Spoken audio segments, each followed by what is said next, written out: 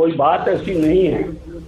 चुनाव के वक्त में ऐसी चीजें हुआ करती है। अच्छा, लोग कहा करते हैं, भ्रमित किया करते हैं। बाहुबली जैसे शब्द बहुत ही निंदनीय है और कांग्रेस पार्टी और उसके उम्मीदवार की गिरी हुई सोच को दर्शाते हैं कि अगर मोदी जी तीसरी बार प्रधानमंत्री बन गए तो आरक्षण खत्म कर देंगे। तो कभी बोलते हैं कि भारत का संविधान ही नहीं बचेगा। ये लोग यही नहीं रुके और इन्होंने आपकी बेटी, आपकी बहन प्रियंका बलान मेघवाल पर निम्न स्तर के निजी आरोप भी लगाए। आपके सामने एक बर्निंग इश्यू है, वो लाना चाहता हूँ। कोई बात ऐसी नहीं है। चुनाव के वक्त में ऐसी चीजें हुआ करती है। अच्छा, लोग कहा करते हैं, भ्रमित किया करते हैं।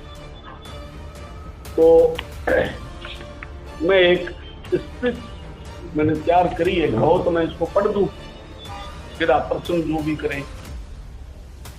आप सभी लोग इस बात से वाकिफ हैं कि आज से ठीक 2 दिन बाद देश के पहले चरण के लोकसभा चुनाव के मतदान है।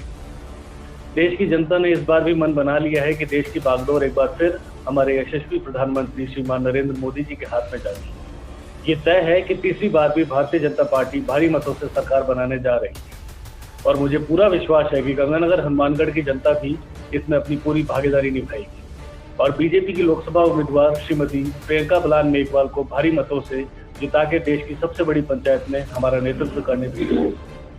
इस लक्ष्य को ध्यान में रखते हुए मेरा गंगानगर हनुमानगढ़ के मतदाताओं से और खासकर मेरे मेघवाल समाज के माताओं, बहनों और भाई बंधुओं से विनती है कि हम सभी मिलकर अपनी पूरी भागीदारी निभाएं।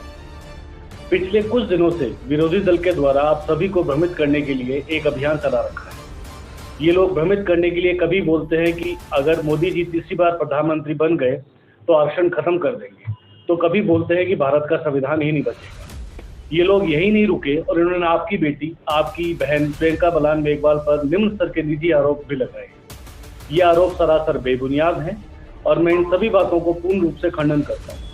मेरा मकसद आप सभी के समक्ष सच को सामने रखने का है। पहला झूठ जो आप सभी के सामने रखा जा रहा है कि मोदी जी अगर तीसरी बार प्रधानमंत्री बन गए तो आरक्षण खत्म हो जाएगा, संविधान ही नहीं बचेगा। इस बात का खंडन खुद प्रधानमंत्री मोदी जी ने ही हाल ही में हुए चूरू में विशाल जनसभा में रख दिया था और ये बात उन्होंने लाखों लोगों के सामने कही थी। ये वीडियो आप सभी के सामने आ चुका होगा।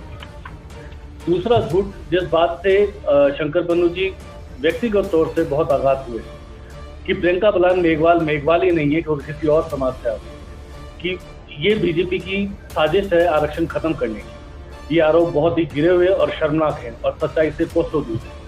ये आरोप सिर्फ मेघवाल समाज पर ही नहीं बल्कि पूरी गंगानगर हनुमानगढ़ की प्रेम और भाईचारे से भरी संस्कृति पर भी है। मैं आप सभी को ये बता देना चाहता हूँ कि प्रियंका मेघवाल एक बहुत ही साधारण से घर से आती है और मेघवाल समाज की बेटी है।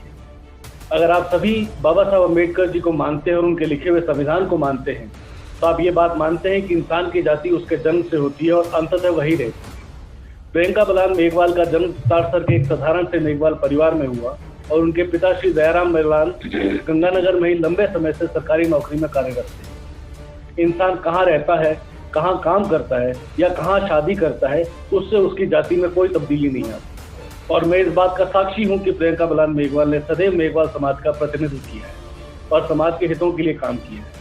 इसलिए मेरा आप सभी से और खासकर मेघवाल समाज से विनती है कि आज 1952 के बाद ये पहली बार हमें मौका मिला है कि मेघवाल समाज की बेटी देश की संसद में हमारा प्रतिनिधित्व करेगी। इस मौके को मत गंवा देना। बेटियां हमारा अभिमान होती हैं और जब एक बेटी को इतना बड़ा मौका मिल रहा हो तो इससे ज्यादा गौरव की बात हमारे लिए क्या हो सकती है। आपका एक एक वोट आपके समाज के गौरव को जाना चाहिए, आपके अभिमान को जाना चाहिए, आपकी बेटी प्रियंका बलान मेघवाल को जाना चाहिए। ये सिर्फ आपका एक मत नहीं है, ये आपका दायित्व भी है और मुझे पूरा विश्वास है आप सभी अपना दायित्व निभाएंगे। मैं आप सभी के बीच एक और जरूरी बात रखना चाहता हूँ।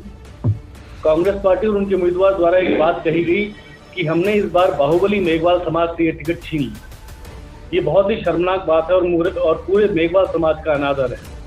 मेघवाल समाज एक बहुत ही सीधा, ईमानदार, कर्मठ और मिलनसार समाज है। ऐसे समाज के लिए बाहुबली जैसे शब्द बहुत ही निंदनीय है और कांग्रेस पार्टी और उसके उम्मीदवार की गिरी हुई सोच को दर्शाते हैं।